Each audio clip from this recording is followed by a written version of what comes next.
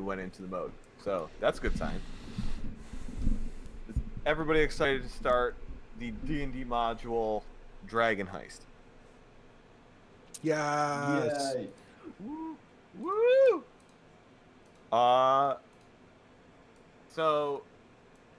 To help you guys with the name, Dragon Heist.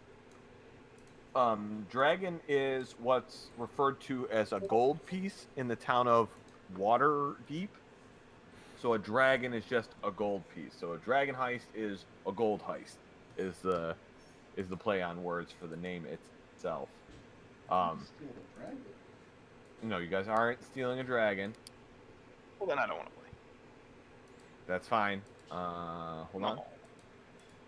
Okay. I'm super excited for this module because I've never run a module before, adventure, a pre-made adventure. What it does for me that I'm super excited about is like I don't have to panic, write up 40 NPCs or adjust for where you guys are gonna be, or worry that it's good enough, because now I can just blame authors, which that's a fucking awesome thing. So my stress load of and this isn't to say like when I was writing my own stuff, I truly enjoyed doing it, but with my current situation, this is a perfect fit where I can take somebody else's stuff, adjust it for our group, and then just play through it. Also, these guys are professional writers and stuff, so of stuff which I've watched several of their campaigns before, and I'm super excited for that. Can you I've never done a session 0 before. Dell thought it would be a good idea. I was on the fence whether I should do it or not because I didn't want to bore you guys. But I definitely think now that we've played a couple times and like the mechanics aren't the biggest thing I need you guys to worry about. Now we could talk about like what we want out of this deal and how we want this one time a week we get together for a couple hours to be good for everybody. So I'm excited to try a session 0 for the first time, and I could very much see that anytime I do any role-playing stuff in the future that I do a session 0. So I think it's a cool thing to do. I'm going to start with what my expectations are out of for me and out of you guys for this campaign. Again, we've all done a couple things now in role-playing, so this isn't as much like teaching you how to play tabletop RPGs. This is, hey, let's have a bunch of fucking fun, and let's tailor-made this to how we all want to have fun. And that's the biggest thing for me, is when I did my first campaign, it was super fun for me to write this stuff on the side, and it was super fun for me to teach you guys how this all works. For this one, here's something that's been given to me, a story that's been given to me, or sorry, a world that's been given to me, and now let's tell a story within that world, and I'm here to have fun. Within that, I'm not going to be perfect. My reading comprehension is high, my reading level is low, so I'm going to fuck some things up along the way, and I'm going to have some retractions. We're going to have some metagaming on the side. Some retconning to make sure that everything lines up with how the story's supposed to flow. So don't hate me when the mistakes happen, and I'll be very clear when I catch them as to what I should have done in that moment, and you guys can metagame that into what your characters actually would know, compared to what I said originally. So that's the thing that's going to happen. So be prepared for it. I'm super excited for this adventure, and I haven't gotten. I don't know what the end of this adventure is. I've read this adventure comes in 4 parts, and I'm through 2 parts, and I'm always going to stay 1 part ahead because I don't want to ruin it for me as much, and I don't want to make my decisions early on have the answer to the end, so that I lean you guys that way. So I'm going to know what the next step ahead of you guys is, but I'm not going to feed that information to you. And Chris Perkins, one of the lead designers on this one, is somebody that I love within the D&D realm. So he leaves lots of space for everybody to have moments. And my note here on my pad says, "It's your time to shine." We're all gonna have moments here in this. If we go through this adventure, we're all gonna have moments that I'm certain are either gonna be like, "Oh my god, that's amazing," or just pissing ourselves laughing, or like, "Oh shit, this just happened" moments. So I'm pumped for that. Again, and it's not being my material where I'm not like stressing myself out about is this good enough type deal, is something I'm interested to see how I interact with that on this side of the DM screen. Um so pumped about that. Uh a couple of things I'm looking out of you guys now that we've done this a couple times. Um when we're playing, RP is optional. 100% of the time is optional. I get that some of us are going to get into it more than others. I get that sometimes you're just having a shitty day and you don't want to let the group down and you're still in a good enough mood to play, but you might not be giving it your full like immersion level. I certainly can understand that 100%. So RP is optional, but participation, if you show up to play, your participation is not. I don't care if that manifests in you putting on full cosplay, dressing up in a hat, putting the voice on, getting yourself all set and giving your all in it, or if it's just you saying, "Yeah, no, I'm good with that plan," or "Yeah, no, that sounds okay," or "I have no objection to that." But silence is something we're gonna knock out of this run for us. Again, just affirmation to another plan a player is giving. Just give that. Don't leave them hanging. Just say, "Hey, this is." If somebody comes up and says, "This is my plan," or "This is what I would like to do," you can say, well, you can RP it and say, "Oh, this is what my character thinks, and I want to change it into this thing," or "Let's butt heads on this a little bit and decide which way we're gonna go." Or you can just say, if you're not into it that night, you can just be like, "Yeah, let's go along with that." But let's not leave that person that's given the effort hanging. So I don't think it's something that happened a ton with us, but when it does, it's a real feel bad situation for the person that's into it. So just again, out of character, in character, I don't care. Just at least acknowledge what's happening in each scene or each engagement or each social interaction or exploration. Just acknowledge what's happening. If we're doing like something down the line, like this is what we're gonna do. Okay, yes, no. Let's talk about it. Acknowledge. I think that won't be a problem for us. And that's just something I might say is just be present. Like if I think somebody's distracted or not engaging, I might say, "Hey, be present in this scene." And the other thing, that this is a more lighthearted adventure than the stuff I wrote, because edgelord Vivi needed to be edgelord and make sure everybody had their backstories intertwined into the story. This isn't what this is going to be. Like I'll bring backstory stuff in, but it's not going to be the thing that pushes the storyline forward. Like when I'm making the stuff for you guys. So let's keep the infighting to a minimum. That doesn't mean there shouldn't be tension between characters. Like you can fundamentally not agree with what the next move is, but do give and take. Like, okay, this time I'm going to let you have it. Next time I'm going to fight you on it, and we're going to do it my way. So, I think it's identifiable for us. I think that's something when we were playing Burn Bright that we all grew massively on. Like towards the end of Burn Bright, I think we all realized like, hey, this thing we do is not great for us, so let's not do that. So let's continue down that path and move that forward. And to that, here's some things that you should expect from this adventure. We're gonna roll dice, do some dumb shit. We're gonna fail, and we're gonna laugh, and you're gonna have some moments that just squeak by, and it's gonna be super fun. This isn't a punishing thing as far as adventures go. but it certainly can have its own like high peak tension moment, and then level off into other, general fuck around shit that we do always, whatever game we're playing at the time. The other thing I'm excited for is that there's a beginning, there's a middle, and there's an end to this adventure. Like, this is gonna be 10 to 15 sessions of this. This isn't an indefinite, like, we're gonna go till we find a natural ending.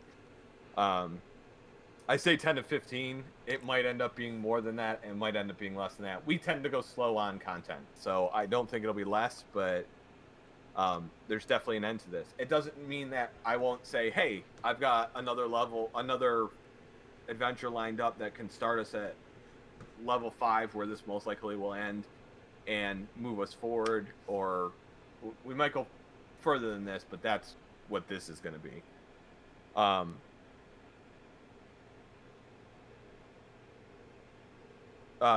The first part of this adventure is very much going to be on rails, and that's because it's an introduction to the main character of this story, and the main character of this story is Waterdeep. Waterdeep is an awesome city.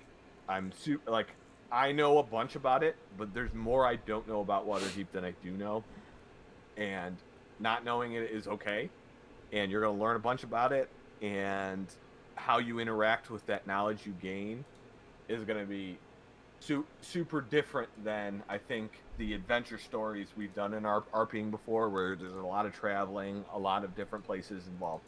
We're going to be in the same 5 square miles for this whole adventure, and it's probably going to have more exploration than we've had in any of our other RP game. So this is our story to tell within the main character that is Waterdeep, and I'm pumped for that. One thing about Waterdeep that you should know: this is the biggest city in all of D&D. It is going to be more technology here than we've seen in anything we've run. Well, I mean, Burn Bright's like space, but this is an advanced medieval city, and it's going to offer a lot in that regard. So anything's possible. Anything you could possibly need is going to be in this city. But with that, the city is like super powerful. Like, we're going to be interacting with several different factions within the city, but none of these factions hold as much power as the city itself. So, like, there are laws that will be introduced to you. There are consequences to those laws. It's okay to break the laws, but it's okay to accept responsibility or accept the consequences to those laws. You don't have to fight to the bitter end just because you broke a law. Like, get your punishment, find a way to work around the punishment, and then go back into what you're doing. Like, if you fight the city guard, this is not something you're going to win, because all these heads of these factions also respect the city.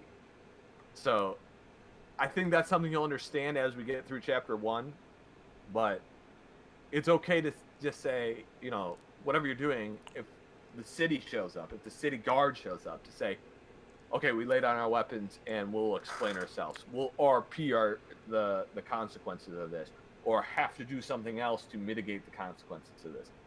That's okay. When it comes to you versus the city wins 99 of 100 times. So don't think that that if you get caught with your hand in the cookie jar, that you have to escape or fight it off. Certainly try. But if they capture you, there's another thing that can happen. So that's my warning on breaking the law. Again, I don't care that you do. Just, it's not the end of the world if you get caught doing it. Is my mic been on this whole time? Yes. You're push to talk.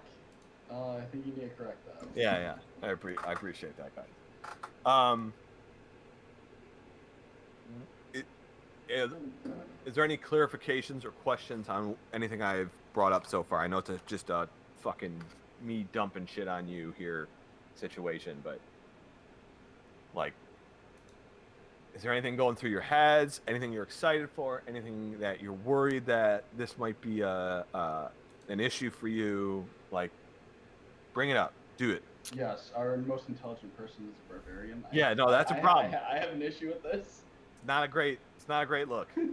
So, just two things I thought I would chime in with is kind of a good touchstone for Waterdeep. If you think of Waterdeep within the D&D universe, think of Waterdeep as like Waterdeep is Faerun's New York City, but it's also New York's Tokyo and Paris and Dubai. Like all those kind of superlatives you heap on great cities around the world.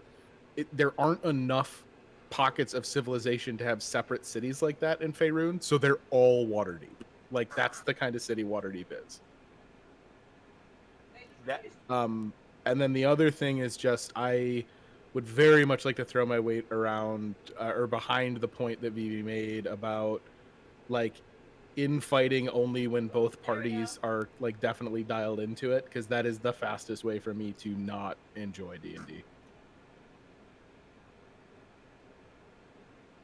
And there's a difference between infighting and character tension. Sure. Like, you can have. I'm not saying don't have any character. This doesn't have to be kumbaya 100% of the time. But like, it's okay to punt one time and fight for it the next time, and punt one time. Like, give everybody space to let it be their time to shine.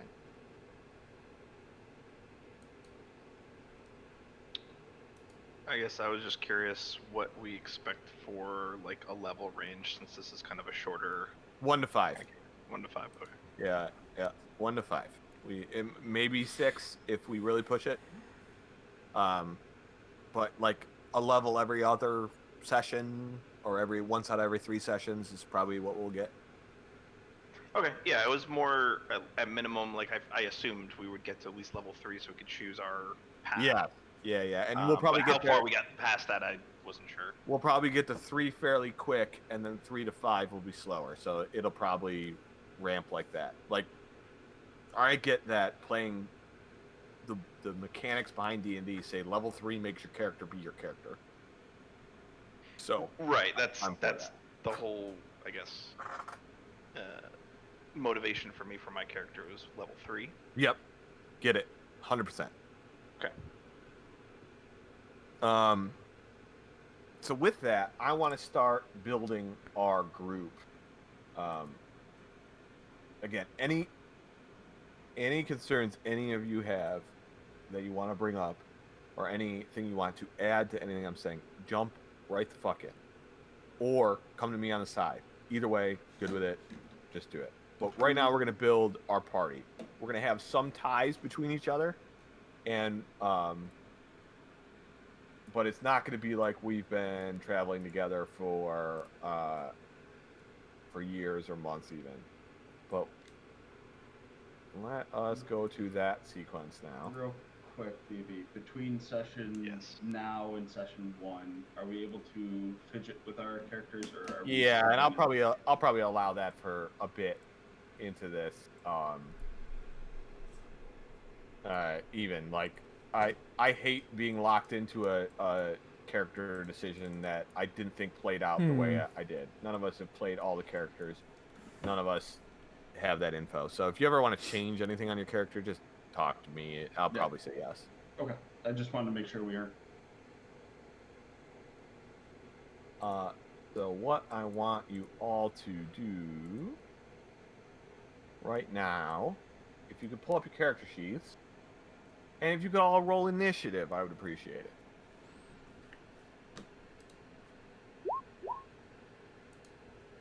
Do you plan to bring the character sheets into here? No, because do you all have that beyond 20? Well, fuck all of you. We have to be able to select our tokens for it to work. You should be able to still. Oh, let me try that again. Sorry. The tokens aren't on this sheet. Oh, they're scrolled I have down. to be able to Lower. Oh, okay. Oh, they're below. You put fancy graphics There on. you go. Yeah. Give me a second. Roll them again, bitches. But I got a natty. That's unfortunate. Ain't it? Bullshit.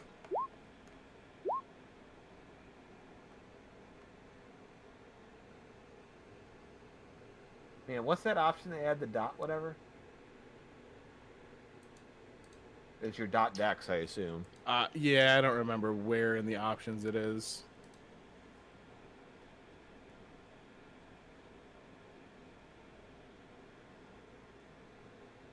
What are we missing? There we go. That's Into options, it's add tiebreaker to initiative rolls. Yeah, there we go. it's right above the critical hit rule. I have enabled mine. So we're gonna do some character development here. So we're gonna let people know a little bit about our characters, and we're going to put some ties between characters. These are not necessarily. They can be. These aren't gonna be strong ties. These aren't gonna be like childhood friend type shit situations. But you've all been in the city for a while, and you might have come across each other, maybe developed some friendships between each other. But the first thing we're going to decide is how you've been making money in the city for the past bit. Like, what is making you be able to survive in this city? Whether it be scratching and clawing along, or making a decent wage. And we're going to go down the list here. So, B, you're up first. What is your job in this city? What is your mark that you're making money with in this city? So currently I am a shopkeep bodyguard. So I sit outside of a blacksmith slash retail armor smith and guard the shop during operational hours.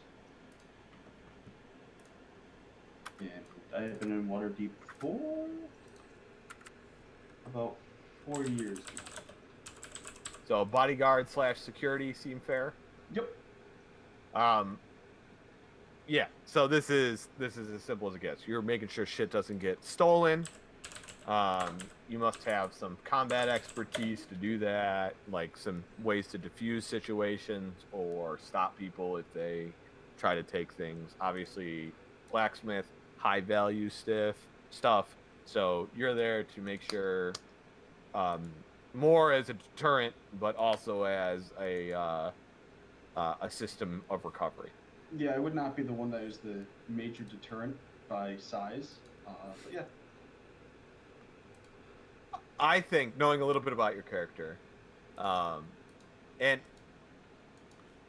yeah, look, no, go ahead. Describe your character a little bit, like race and what you carry on you every day. So I carry a longbow and a double. Let me make sure I get this right. Yeah, double-bladed scimitar on my back, and I'm about 5'10", weighing, I think I said 152, and so I'm not a real big guy. I look intimidating more than I am anything. I think the danger when people see you is from your not being this overwhelming creature, but like it's the confidence in which you carry your blade and that like you're eyeing the situation. I think a general person, a common person, is gonna look at you and be like, "That guy looks like he knows what the fuck to do with those things that he's got on his back." Yeah, I'm pretty proficient in both. One thing about me is since I've entered Waterdeep, I have been a red-headed, red-skinned elf. Red-headed, red-skinned elf. That is correct. Are we talking like fluorescent red, like red, like a ruddy skin tone, or like crimson? Crimson. Okay. Like, think of a deep red leaf in autumn. That's your hair or your skin, Okay. or both? Both. Okay. My two will always match. Got it. Yeah. So, here, my first question to you, Chris: Griffe or Griffe? It's Griffe. Griffe. Okay. Griffe. What has Griffe been doing? How long? And what has Griffe been doing in the city to feed himself and get himself? So Griff's probably been in Waterdeep off and on for a couple of years. Griff probably comes in and spends time in Waterdeep and then might leave to like work with like a merchant's wagon train or something like that. He does odd jobs. There's no set source of income, but it's a lot of like really kind of dirty manual labor. He'll do like portering jobs or like works on the docks quite a bit. And he works pretty tirelessly. It's not uncommon to see him going up and down the streets of Waterdeep carrying packages or lugging carts kind of throughout an entire day. You'll see him run 3 or 4 different jobs. But even with working as hard as he does, he just kind of sleeps among the vagrants. He's like he lives in squalor in like a flop house. So obviously the money's not flowing great. I mean, it seems perfect.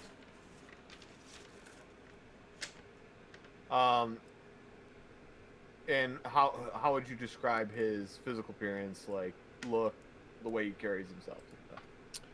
Griff's an older guy. Probably looks older than he actually is. He's got like a very aged look to him. He's pretty gaunt, and because kind of like the constant working and the living conditions, he's got kind of he's an unfortunate, right? Like his clothes are shabby. He's who knows the last time he had a proper bath. He lives almost like a street urchin, but he's not like the plucky 12-year-old kid street urchin that stars in a Charles Dickens novel. Like he's an old man who's been doing this for a long time. So I'm stuck on the Duralius and Associates, the crazy old guy. Strung up with them in the prison that Yeah. sings the I See a Bitch song. And then he just bursts through the wall and... Yeah, probably not as frail as that guy's drawn, but it's definitely a similar dynamic, because like Griffe is this kind of gaunt, drawn face, like pale dude, but it's not uncommon. You guys see him like lugging carts that normally would be a team of 2 or 3, and he's just pulling them through the streets on his own. Year round, regardless of the season, he also wears incredibly like puffy padded clothing. Like he's kind of wearing his whole world on his back.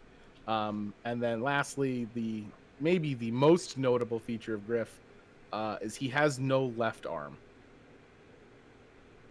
That seems important. Well, that's why I saved it for last, baby.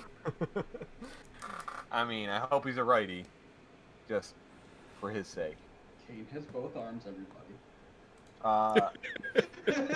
How does he push all those carts with one arm? All appendages attached. Boost. How do you say your character's cat name?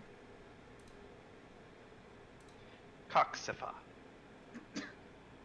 Now, I don't know if you're familiar with Tabaxi naming standardization, but I'm concerned about where your Tabaxi was born. I don't know. I was born. I was born at sea. On the coxswain deck. Correct. Okay. I mean, and of course, you have all clearly heard of the great pirate Coxipha. Oh boy. Oh boy. I'm here for it. Oh boy. I've had many a conquest, plundering the 7 seas here, and I do my my best work. When I'm out there on the high seas and just I just like to swing in there and give him a good rapscallion with my rapier. Did you just use rapscallion as a verb? Yes. I'm about it. So, what have you been doing to make money in Waterdeep for the past couple months or years? Well, I mean, when you're out there, doing your thing, you get some goods come in, so you make a good living off of selling some goods that you procured. But I fancy myself, you know, a good tradesman. I have to ask so that we have this information. What got you kicked off your last ship? Why are you between jobs currently? Mutiny. Oh, you were the captain. Of course. No, That's why you've heard of me. Failed mutiny. No, that was my ship. But they didn't see the error of their ways. They took me while I was napping and threw me overboard. Got it. Did you get back here by some rum runners? No, it was in the port. It was, yeah, they kicked him off the ship, but it was just like, can you please leave via the dock? We're not leaving with you on this boat.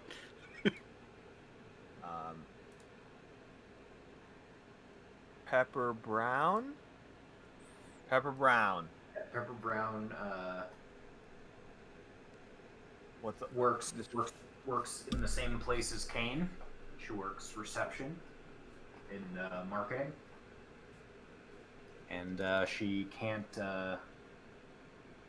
She doesn't speak common, so she uses her abilities to speak through Caine. So you are a somebody that puts messages out to the community, and receptionist, somebody that intakes people coming to your business, but you don't speak their language. Correct. Got it. Now, is it you can't or you're not willing? Doesn't have the anatomy to speak common. Can speak her own languages. It's a Key. physical indifference to being able to make the common tongue. So you, we'll come back to my next point on that, but I have a good idea for something for you two there, but I'll let you guys pick between that. And what are you? And I can help you with this too because I looked into it today. Kalashtar. Yeah, and I don't know how to say it either. Do you know what that? So you look like a human, right? Essentially, yeah. But you have a certain set of abilities that are gifted to you because of the human interaction with the spirit realm.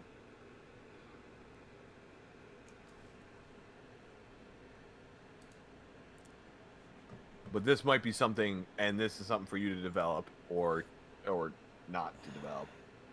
You might not know where that power comes from, other than you look like these people. But how long do you think you've been in the city, or do you even remember coming to the city? Is this something you've just always been here? Like 3 years. 3 years. So you have some remembrance to prior times, but Not much. you've been doing this here. Yeah. Oh, about how old do you think you were, Boos?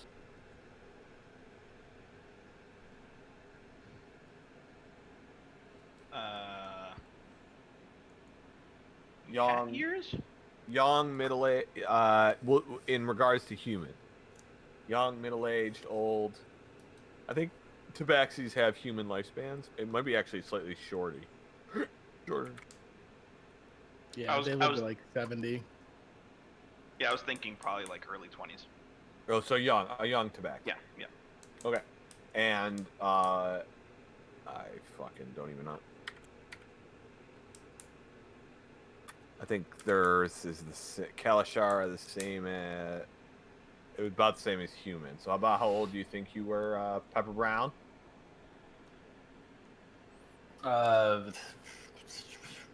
Late 20s. So still pretty early life, Yeah. For human. early adulthood. heading towards middle age, but in there. And that brings us to the smallest member, maybe the largest personality. We'll see. What has? Saving the best for last. It's not Sebastian. How do you say the name? Or is it? No, it's Sebastian. Well, usually there's an S there, is what I found out. Because when you said it wasn't, I was like, am I reading shit wrong? Again. No, he's just not a crab. You're not a crab. And there's no S before the T. There you go.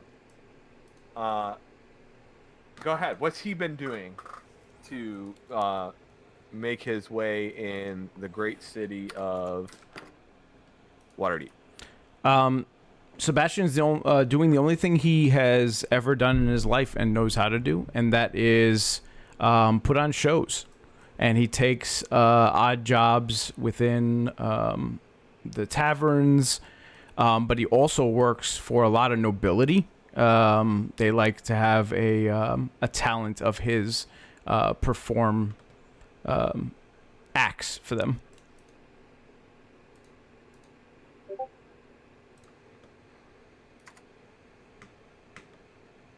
Does that seem fair? For you, Del? What was that? I'm sorry? What seemed fair? I put a title on what you do. Does that seem fair? You put a title on what you do. I'm sorry. Am I missing something? Look at your character token. He's been giving us all descriptions of our jobs. Oh, I was scrolled up under friendship the whole time. I just didn't sure if it was gonna show up there. I can move it a little bit. But... No, I see it. Yes, it's very odd to see a goblin dressed and even talking and doing the acts in which he does. This is why he's so sought after to do his shows. Right. He may be good at his job, but he not always being hired because he's good at his job. He might be being hired sometimes because he's a goblin. Absolutely. It's not unseen to see goblins in Waterdeep. It's unseen to see goblins in Waterdeep that have a trade skill. Or wearing a hat. Or even wearing a hat. Let alone the vest and undershirt. Like he's been paid to do shows where he shows up and does nothing but stand there. Yeah, okay. And it's not beneath him. He believes that that this is just enhancing his abilities. Sure, at least advancing his reputation. Anytime he's somewhere with people that he might consider above his stature. Correct. So, we all have an idea of what these other characters have, what our characters do or have done, or how long they've been here. I want to build a little bit of interplay between our characters now. So, this isn't like we're childhood friends, or we're guys that are going to look out for each other till death do us part. This is crossing paths. This is maybe developing a friendship, but at least getting to an acknowledgement of I know this person. So what we're gonna do now, let me do this here. I want to clear this. We're gonna roll initiative again. So click on your character token, roll your initiative, and we're gonna do another step in there. Oh. Gonna be another thing before the no, we can do that.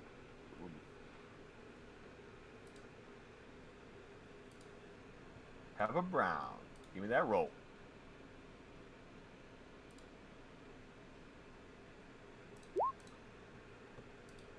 Click on your character token and give me that roll. Motherfucker. So there's another preamble.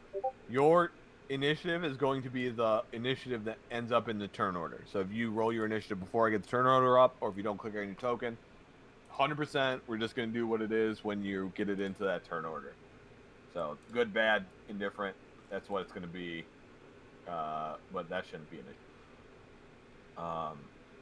So the next thing we're gonna do is you get to pick a another character and say how you know them, how you've heard of them, how you've come across them within the city. This doesn't. You don't. If somebody's already been picked, you can still pick that same person. Don't worry about that. So I'll get us to the end of this when we get to the end of this. So just find another person and why you would have a relationship with that person. This is a great place to start. Caine, I think you may have been approached by, since you've been in the city a little bit longer than Pepper Brown. Pepper Brown may have been attracted to communicating with you, especially with her telepathy, in that you are from the Feywild. So that, and this is going to be meta stuff here, guys. So this won't be character knowledge for everybody. So take that as it is. I was going to leave Pepper Brown to describe that. Uh-huh. And I was going to say I have always admired, while walking to work, seeing Griffe doing his job on a daily basis and how strong he is. Okay, so are you good with leaving that connection to Caine with you, Zell? Yeah, I can rep that if need be. But... No, you're good there. I'm asking, Zell, you're good with your connection will be to Caine when you're coming about? Right, when what? What? So we're gonna be adding connections to different characters here. So when you're last, so your connection will be to Caine because of the character trait. Yes. Okay, we'll get to that. Go ahead, Caine. What's your Griffe connection? So, like walking to and from work, I always see Griffe out there, hauling that labor or hauling those carts and whatnot, and always wished I was able to do that, and just admire his ability to move things and how much strength he has on it. And I took note of that every day. Did you ever approach him about that, or befriend him about that, or was that a far thing? I might have done side comments as pass, but I don't think I would take it upon myself to make a full-blown friendship out of it. Well, and there might have even been just like fleeting conversations. Like I might have taken goods to or from the mercantile you guard, right? Like you might literally see me. There's a cart waiting to load up, and when the crew comes to get it, it's just Griffe, and you're like, "Oh shit, okay, you gonna get that all yourself?" And I'm like, "Yeah, I can manage." That works for me. No, a sec.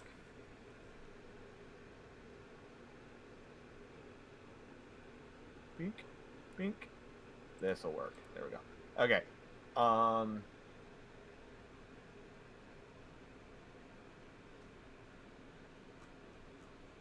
Yeah, especially because you might have been enlisted to help unload the carts that Griffe brought up, and like it's like, oh yeah, I know what I'm doing. And then you start unloading that shit, and by the second cart, you're like, Jesus fuck, how's he pulling this? Yeah, or I pick like 50% of it up, and I'm going, this is insane. Yeah. Sebastian, who have you come across, and what have you noted or interacted with? I'm gonna say our pirate cat. And I think Sebastian would have been attracted to the fact that it's an oddball as well. He saw similarities in the way he's kind of looked at as. I don't think he would call himself a freak show, but some kind of an oddity. Yes. I am. And again, that's if FUBAR's okay with that. Yes. I don't see myself that way at all. I think that's awesome. Right. But I'm oblivious to it. yeah, perfect. What would you do if a goblin came up to you and was like, "Hey, what you? I've never seen much people like you around." I mean, you of course. Why would you see such a famous pirate in your presence? Otherwise, you would be dead. Normally. Oh, And- I would be milking this thing pretty hard. And Del, how would you react to something like that? Yeah, so Sebastian is actually kind of young. I would say that he hasn't hit goblin adulthood, so he's probably 6, 7 years old. Okay. So and for others, goblin adulthood's about age 8, 9. So Yeah. it's not like he's So six, this is don't like, think of he's like an independent teen. don't think of 6, 7 as a 6, 7-year-old. Right, right. 6, 7 as a young adult to a adult teenager. Go ahead. Yeah, so he's a little naive to the world, I believe. So that's kind of why he doesn't look at himself as a freak show. It's more of they're laughing with me than not, laughing at me. So Gotcha. he would kind of fall into the roguish charm of the pirate and kind of believe the words that he's saying. It's like, wow, is it that dangerous out there? Is it not realizing that this cat's out here because of mutiny and he's such a good captain? Sure. Yes. Yeah. Not knowing that part of the story. Absolutely. Cox Kitty. Yeah, the goblin actually would have been probably the most intriguing to me. That's fine. Having been to many a tavern or a party, I probably would have seen him perform and would have been attracted to this little thing, just strumming. I'm assuming you're using a lute. I don't know if you're using something different. Multiple instruments, yes. Multiple instruments. Well, even better. And I would have been like, this guy's got some. He's got the feel. He's got the chutzpah, the moxie. Sebastian would have sang like a sea shanty for you to kind of get you a little bit more attracted to his show. Oh, and I would have attached right onto that thing. That would have been my catnip right there. And I would have been like kind of singing your praises and kind of trying to draw people to you. And when I had my crew, say, hey, we need to go see this dude. He'll show us a good time. Yeah. Is part of it, because I get the impression with Coxipha like being so big and brash and like talking about his reputation, is part of it just letting him come and chat with you and tag along because of that extra prestige of like, look at this performer who draws crowds, but he just wants to come and chat with me, and like other people in the tavern watch you have a conversation with him and stuff like that? I mean, I present myself as a showboat because I think I'm kind of hot shit because I'm kind of a youngling, and I think having a performer at my side can only boost my appeal. Right. Hell, I'm asking him to maybe come up with a little my own theme song here. But this is a touch from Coxipha's side, a little bit of clout chasing. Like, you realize when you bring this goblin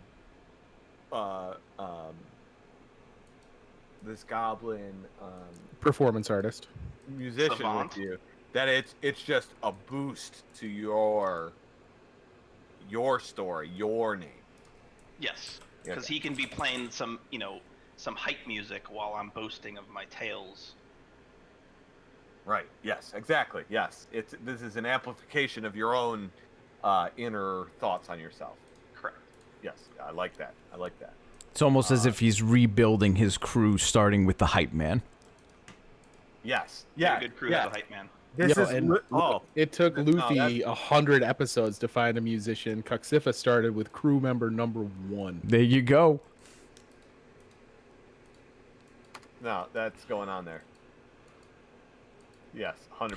And again, Sebastian is just enamored with all this, but he doesn't realize what's going on. Yes. He wants a friend. Well, this is a double disconnect from the two of you, and Oh yeah. This will play We out have not perfectly fine. discussed this at all. Yep. Griffe. What is this old wanderer, vagabond, vagrant laborer find interesting in any of these fucking young bucks? So Griffe, on more than one occasion, back when Coxipha was still regularly sailing and occasionally was getting their hands on some harder to get goods that maybe were not connected to a shipping manifest. Griffe would regularly approach and offer to purchase like old tomes and like weird books and scraps of notes and ingredients and like strange crystals and shit, like just a lot of weird esoterica. And would always pay promptly, would never haggle the price, would offer up the coin, and then would offer quick, curt thank yous and leave. What would I assume this might be a general interaction when you have something of value, Coxipha, but what would you have thought of this?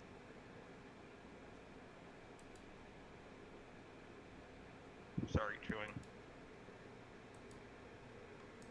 Okay. I'm eating dinner, so I got caught Ham off guard. sandwich? No, some focaccia.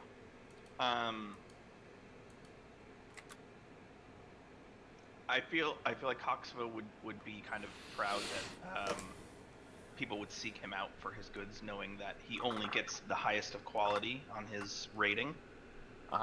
And I would kind of say, like, yeah, let your friends know. If they ever are in the need for anything, come find old Coxipha. They'll get it. He'll get it for you.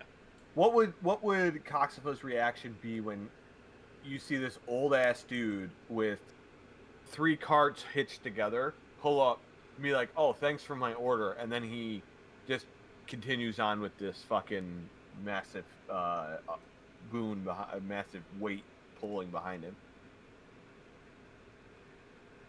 I think at first I'd probably be a little caught off guard and almost offended that he wouldn't want to like stay and chat and enjoy in the revels of the sale. Right. But as long as I got the coin, I think ultimately it's fine. I just be like, all right, we'll talk later. Don't worry about it. I'll get you later. You seem busy. Yes. Yeah. All right. Hold one moment. I gotta pee. I'll be right back. Talk amongst yourself. Suspense. On the last player. Mets are down 6-5, top of the 9th in St. Louis. It was 1-1 to Alonso with a guy on first, and the fucking stadium lights go out. Yes. There's 2 outs, top of the 9th, 1-1. They just came back on, and now it's the pitcher seems all messed up. It's 3-1 now. How long was it out? I would say 15, 20 seconds, but like the pitcher was about to throw. So I think it got in his head. Let's see what happens. Maybe he'll hit a home run. We'll see. It's no blackout at the Super Bowl? No. He just walked Alonso, which is fine because it's Alonso, but... By the way, this... I don't know why you're expecting much. Yeah, shut up. This Session 0 stuff is really cool. I like this stuff. By the way, Yeah, I agree. Chris, Caine would just be sitting there looking at you going, Dad?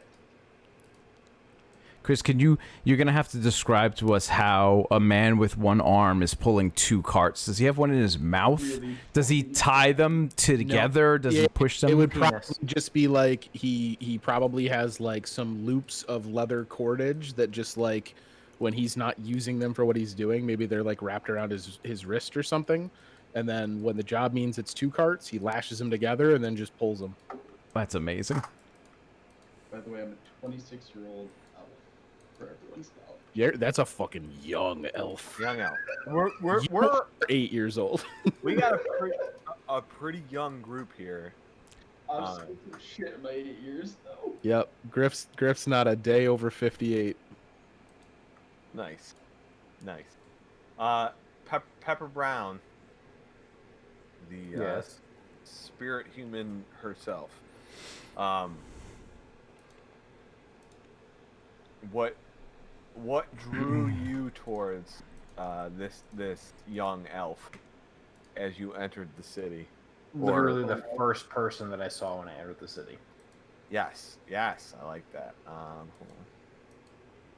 I gotta pick you a color. There it is. No, Are there many of Zell's race in the town, or is she like the only one? So, again, out of game. You probably wouldn't even notice that she's not anything but human. Except if you try to communicate with her. I mean, I would probably never have an interaction with her yet, but I'm trying to get like. There are the whole even thing. mute humans, right? Like this. That's not. Oh, Something that yeah, would be I guess, yeah, unheard of to you. So this isn't like you would assume her tongue's been cut out for some reason. Gotcha. That's a good question, though, Peter. Real quick. How many of me would be in Waterdeep? You would be elf passable though. Yeah, you look like an elf, right? Bright red elves. Just so you know, Vivi, when I do mind link, it's not totally telepathic. I speak my own tongue, Oh, like out loud. I see. I didn't know that part about it. So That's and way it might more be some rad. mumbles. Like you might be No, mumbling. no. I'm adding that in. Like it's like I'm. Yeah, okay. Oh, you don't care. You speak loud and clear. Yeah, loud and clear in my own language. So if somebody understands, I forget the language name. If somebody understands Kiori, they can have a normal conversation with me. Okay, so if they knew Kiori, you're literally saying the same thing you're saying in your mind link in Kiori at the same time. Exactly. Okay. And That is... if this is too much lore, don't answer it. But are you making Caine talk, or does Caine hear it and then translate it in his own head? Caine hears it and then has to translate it. Oh, okay. So this is good. At the same time. So there could be some miscommunication. Yes. So I like it. This is again. This won't backfire. Caine, out of context, but in context, this is your judgment on Caine. Would Caine just be constantly giving you the stream of what Pepper Brown is saying, or would Caine occasionally be like, "Yeah, no, fuck that. Here's what she said." Caine would be taking liberties. Because I'm pretty sure hearing something telepathically while I'm speaking to you in a language that you don't understand, he's gonna get fucking confused. You gotta remember, we've been doing this for 3 years, so I've kind of. Well, how long has Pepper Brown been in the city? 3 years. 3 years. So this is basically you guys showed up together. Well, no, he was there for 4, right? Yeah, she saw him in town, so he was already there. Yeah, he was already there. And he was literally the first person that I saw. Last question, Mika. Are you doing this willingly? Blink twice. No. It's up to you. I'm all Yeah. for it. Yeah, we'll RP this, so. So is Zell a brain slug? Are we talking about Zell or Zell's character? Zell's character. Oh. So we've come up with a connection between everybody, and I think we have a strong enough connection here that there's a good reason any of us would have invited anybody on our connection list to come have a drink with us that night. I think that's fair to say out of this. Or would not have been shy to, if they spotted this person at the bar coming up and saying, "Oh, hey, it's Griffe or Sabatina."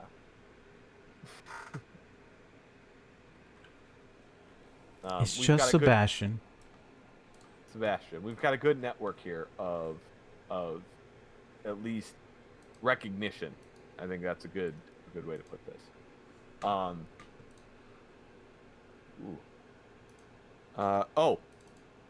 We're gonna roll initiative one more time here because there's one more thing I want to set up here. So go ahead and roll initiative one more. Thank God. Oh, we got under You you. guys. No. Yeah. That's bullshit. You are hot, Mika. What the fuck? Rolling that pie. Rolling Roll that 20. pie. Yes. Mika rolling number 2. Oh, number 3. The stiff 12. This is This is some. Those are cleric rolls. That's what we call those. Those bottom rolls there. Quick. What's your dex, Pepper Brown? It ain't 14. 12. Yeah. Okay. So order's good.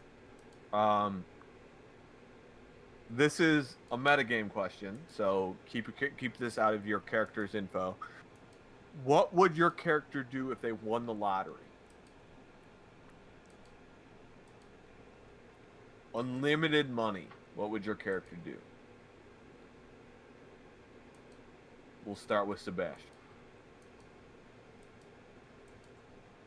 This is a super tough question. I understand that because you're thinking of this new creation you've come up with in your head. But Yeah. you've just been given not title, you've not been given accomplishment, you've not been given skill, you've just been given a wad of money into your hand. What would you do with it?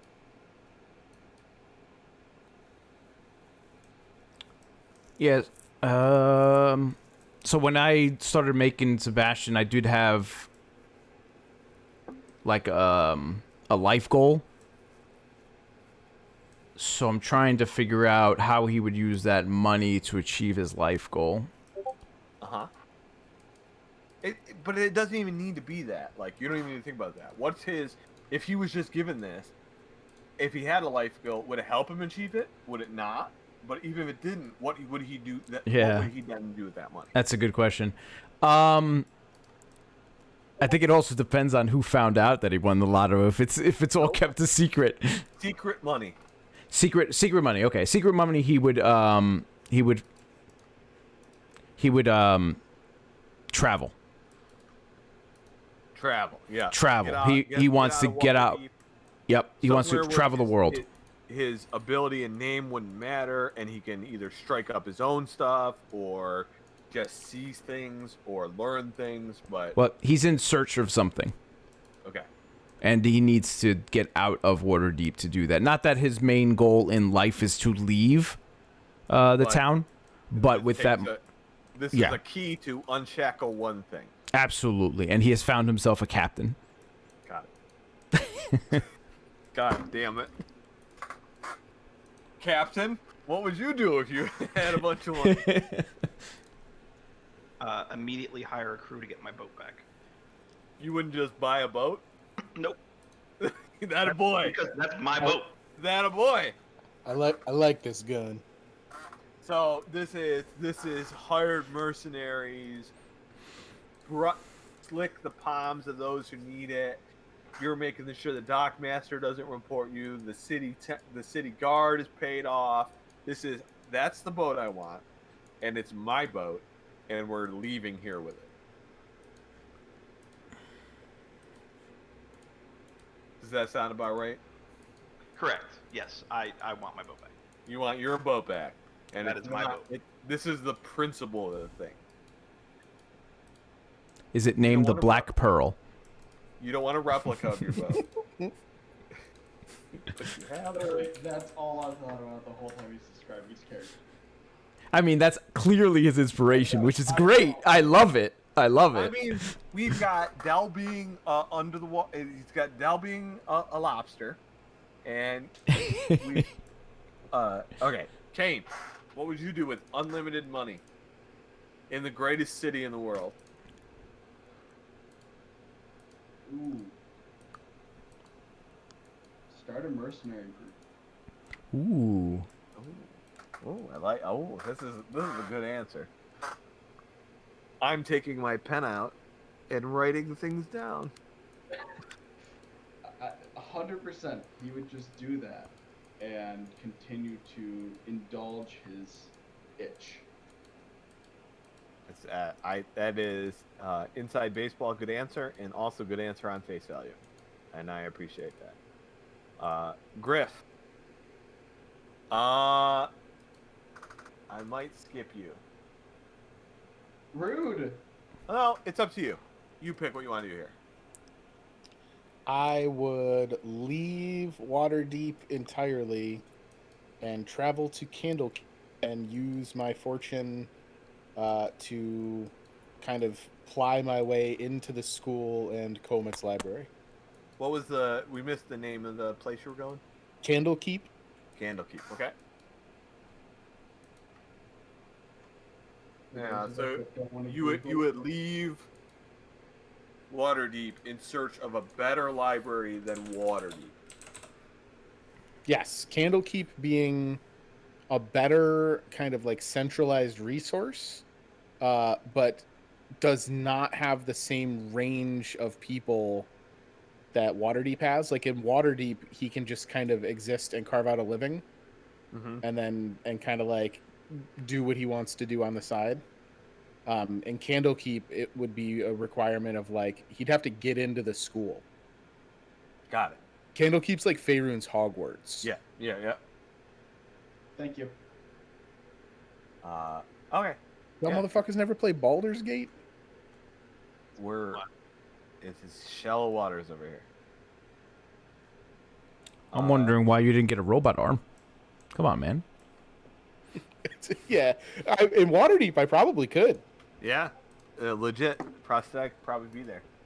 Pepper Brown. This is one I honestly have no fucking idea. What would Pepper Brown do with unlimited money? She would give money to Caine for whatever he'd need to do. So you would just be Sugar Mama Caine. Yep. Are we boyfriend girlfriend? No. No. Are we boyfriend girlfriend? No, not at all. She is disgusted by you. It's Mackenzie all over again. Here, take this money and solve that red skin problem you got. Oh, it can be solved. Just did I tell you to use the ointment? Maybe move that. Put the bomb on. I Maybe- ain't to put the bomb on. Maybe move the security guard chair inside so you're not so burnt. Pepper is standing in the shade, and Caine is out in the sun, and Pepper goes to Caine. Imagine thinking you're stronger than the sun.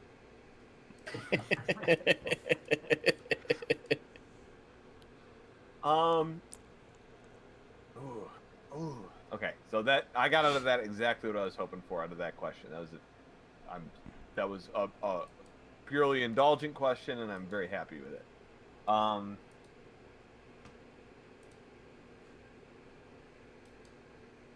We have two options here. We'll say a 12 o'clock hard out. We can take a step into the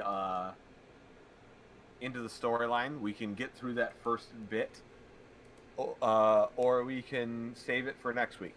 I am itching to get started in that tavern, but I am fine with stopping. I'd like to play. I think that it'll leave you a fun end point if we can get into playing.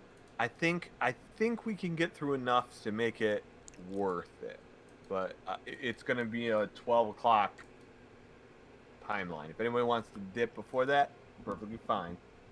You could toss me a message on the side, and I'll eat the shit. So, otherwise, I'm going to plow forward. That's the next 4 hours for me, so I don't know what you're talking about. Let me pull up my shit then. Let's do it.